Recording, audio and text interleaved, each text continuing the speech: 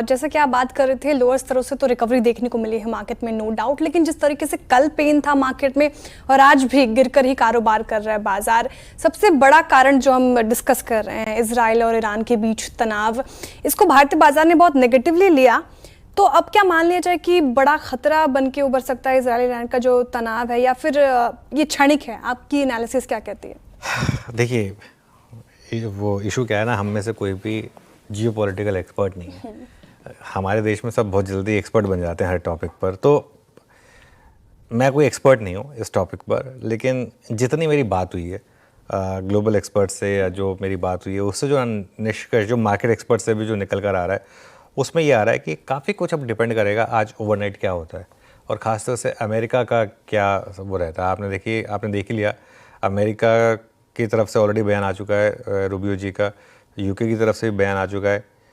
America और Britain अपने आप को इस मामले से अलग कर चुके हैं। इजराइल के साथ खड़े हैं वो अलग बात है, लेकिन उसमें वो कि ये बात क्लियर कर चुके हैं कि वो उनकी तरफ से ऐसा कुछ नहीं है। और तो इस मामले में अब हो सकता है ये भी एक स्टेटमेंट रहा हो जिसकी वजह से अब इजराइल ने स्टेटमेंट दिया है कि भाई हमारी तरफ से सब कुछ हो गया है। अब वो तो इजराइल की तरफ से सब कुछ हो गया है, ईरान भी रिटेलिएट तो करेगा। अब वो किस लेवल का रिटेलिएशन होगा या नहीं करे, होपफुली ना करे, लेकिन अगर करे तो किस लेवल का होगा, आई थिंक ये आज रात को शायद पॉसिबल है। ये मामला 3-4 दिन में पूरा हो जाना चाहिए श्रेया। ये वो वाला मामला नहीं है जो आपको लिंगर ऑन करेगा, ये रशिया यूक्रेन वाला मामला नहीं है जो लिंगर ऑन करता रहेगा। यहाँ मुझे लग रहा है कि और 3-4 दिन का मामला है शायद। और क्रूड देखिए आप, हमारे लिए सबसे बड़ी दिक्कत क्या है, क्रूड ही है ना। क्रूड ने एक बड़ी तेज़ी के बाद 75 तक जाके नीचे आना शुरू हो गया, लेकिन अब फिर ऊपर आना शुरू हो गया। ये देखिए 73, 69। तो हमारे लिए ना सारा का सारा मामला ना इसके ऊपर डिपेंड करता है। आज सुबह जो अरविंद सेंगर जी कह रहे थे, अगर ये लड़ाई एस्केलेट हुई और अगर वो सप्लाई पर इम्पैक्ट आया और अगर क्रूड 100 और 120 के करीब पहुँच गया, तब ऑल बेट्स आर ऑफ, तब आपकी मार्केट गिरेगी, इसमें कोई डाउट नहीं है। क्योंकि हमारे लिए आज की डेट में भी जो क्रूड है ये बहुत बड़ा एक मैक्रो फैक्टर है। तो इस वजह से ये मैं अभी भी कहूँगा कि थोड़ा सा वेट एंड वॉच रखें और उसके बाद देखें। लेकिन एक चीज़ क्लियर हो गई, लोअर लेवल पे शायद मार्केट को लगा कि बहुत ज़्यादा अति हो गई थी, इस वजह से आज मार्केट ने लोअर लेवल से अच्छी रिकवरी दिखाई। बिल्कुल, क्रूड में उबाल तो सिर दर्द बना ही रहेगा, लेकिन जिस तरीके से रिकवरी अभी देखने को मिल रही है मार्केट में, मिड कैप स्मॉल कैप देखिए, निफ्टी 50 इनफैक्ट देख लीजिए, बैंक निफ्टी भी निचले स्तरों से अच्छी रिकवरी देखने को मिली है। तो ऐसे में अब स्ट्रैटेजी क्या अपनाएंगे निफ्टी बैंक निफ्टी पे? अब कौन से लेवल्स अभी इंपॉर्टेंट लग रहे हैं? हालांकि कोई खबर आए तो हो सकता है कि बाजार वैसे रिएक्ट करे, लेकिन जिस तरीके से अब मार्केट का चल रहा है, क्या स्ट्रैटेजी होगी? देखिए, पहली बात तो निफ्टी ने आज ओपन लो बनाया है। ओपन लो क्या होता है? जब निफ्टी का ओपन और लो सेम हो। 24,473 पर खुले, 24,473 ही लो था। 24,470 पे कोई ट्रेड नहीं हुई होगी, वो अलग बात है, क्योंकि खुलते ही निफ्टी 50-60 पॉइंट रिकवर हो गया था। लेकिन अगर आप मान लीजिए, चलिए 24,473 नहीं, 24,550 मान लीजिए आप, 24,550 पे भी पहला ट्रेडेबल रेट अगर आया ट्रेडेबल रेंज का, तो भी वहाँ से हम 125-150 पॉइंट ऊपर हैं। तो अब वो लेवल्स क्रूशल हो जाएंगे, 24,500, 24,550 के करीब के वो जो ट्रेडेबल लेवल्स थे, वो लो नहीं टूटने चाहिए, क्योंकि अगर वो लो टूटे तो फिर बड़ी गिरावट हो सकती है मार्केट में। और ये मामला अभी भी ऐसा नहीं है कि बस 2 घंटे में ख़त्म हो गया, अभी तो ओवरनाइट और क्या डेवलपमेंट होगी इसके ऊपर डिपेंड करेगा कि आपके कुछ आज का लो बचा लिया आपने, और अगर आप हाई पे बंद हो गए, आज अगर आप डे हाई पर बंद हो गए तो बड़ा पॉजिटिव होगा मार्केट के लिए। 24,850 श्रेया, ये बहुत ज़रूरी लेवल है, इसके ऊपर निकलना और इसके ऊपर टिकना, ये 2 चीज़ें हैं जो इस समय मार्केट में मैं कहूँगा कि ज़रूरी हैं। अब जहाँ तक बात है बैंक निफ्टी की, देखिए बैंक निफ्टी ने पॉलिसी वाली जो तेज़ी है ना, वो तकरीबन पूरी की पूरी गंवा दी है।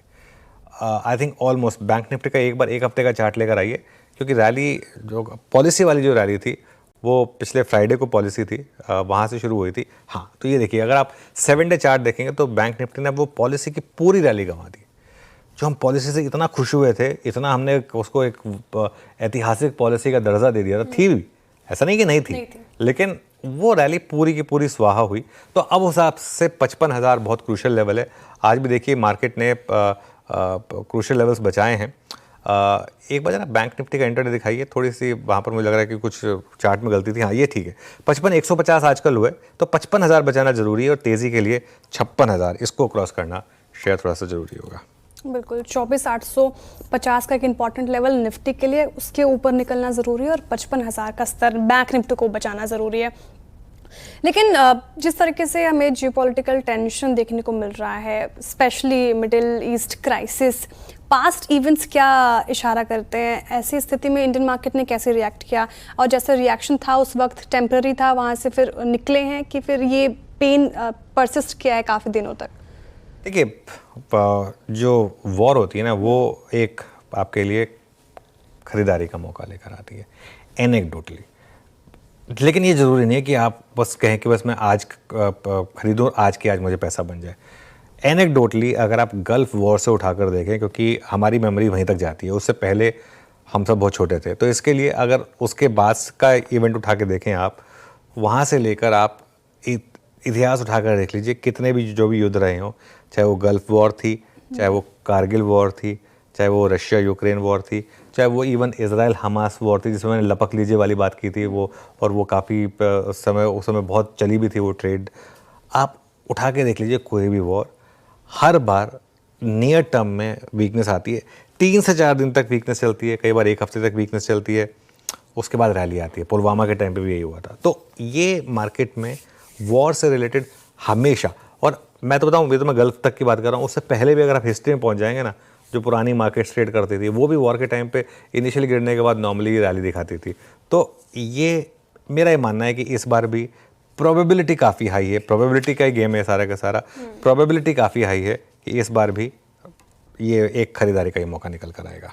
ठीक है, तो खरीदारी का मौका निकल कर आ सकता है, ये इस गिरावट में ऐसी उम्मीद जताई जा रही है। लेकिन अगर आप सेक्टर स्पेसिफिक बात करें अनुज जी, तो क्या अप्रोच रहेगी? हम पिछले कुछ दिनों से देख रहे हैं कि आईटी ने कहीं ना कहीं मोर्चा संभाल रखा है। इस हफ्ते ही आईटी ने 3.4% का अप मूव दिखाया है, और देखिए निचले स्तरों से हालांकि अब फ्लैट हो गया कारोबार। क्या लग रहा है, सेक्टर स्पेसिफिक अप्रोच क्या हो गया? आईटी पर तो खैर मैं काफ़ी 3-4 दिन से पॉजिटिव भी हूँ। मैं कल सरप्राइज था आईटी गिर गया था, क्योंकि क्रूड का चलना इनके लिए एल्गो पॉजिटिव होता है। तो आईटी पर तो मैं खैर काफ़ी पॉजिटिव हूँ। मेरा ये मानना है कि आईटी में जिस तरीके की स्टेटमेंट्स आई थी कंपनीज़ की, कोफोज की हो, चाहे वो इन्फोसिस की हो, चाहे आपने पिछले 3-4 दिनों का अगर आपने ट्रेडिंग पैटर्न फॉलो किया हो इन सब स्टॉक्स में, तो ये सब स्टॉक्स जो हैं इनमें शानदार मोमेंटम रहा है। तो इसमें तो मुझे कोई डाउट नज़र नहीं आता। इसके अलावा आई थिंक एक सेक्टर जो क्लियरली अब उभर कर आ रहा है वो वापस डिफेंस है। आई थिंक मार्केट को लग रहा है अगर ये जियोपॉलिटिकल सिचुएशन ऐसी रहने वाली है आगे जाकर, तो डिफेंस क्लियरली यहाँ से एक सबसे स्ट्रॉन्ग सेक्टर्स में से एक हो सकता है। उसके अलावा हालांकि काफ़ी चला है, और आज सुबह भी जो हम हमारे एक्सपर्ट से बात कर रहे थे, काफ़ी चला है, लेकिन यहाँ ट्रिगर भी हैं, मोमेंटम बहुत स्ट्रॉन्ग है यहाँ पर। तो डेप्थ पर मेरे ख्याल से यहाँ बाइंग होगी। मेरे ख्याल से एक सेक्टर जैसे अभी आप अवॉइड करें ना, वो है ऑयल मार्केटिंग कंपनीज, क्योंकि ये क्लियरली एक स्पेस है जहाँ पर अभी मुझे लग रहा है, भले ही यहाँ वैल्यूएशन कंफर्टिंग है, भले ही मैंने पहले ये भी कहा था कि लोअर लेवल पे बाइंग करें, लेकिन अभी मुझे लग रहा है कि क्लैरिटी जब तक ना आए तब तक इस स्पेस को थोड़ा सा अवॉइड किया जाए।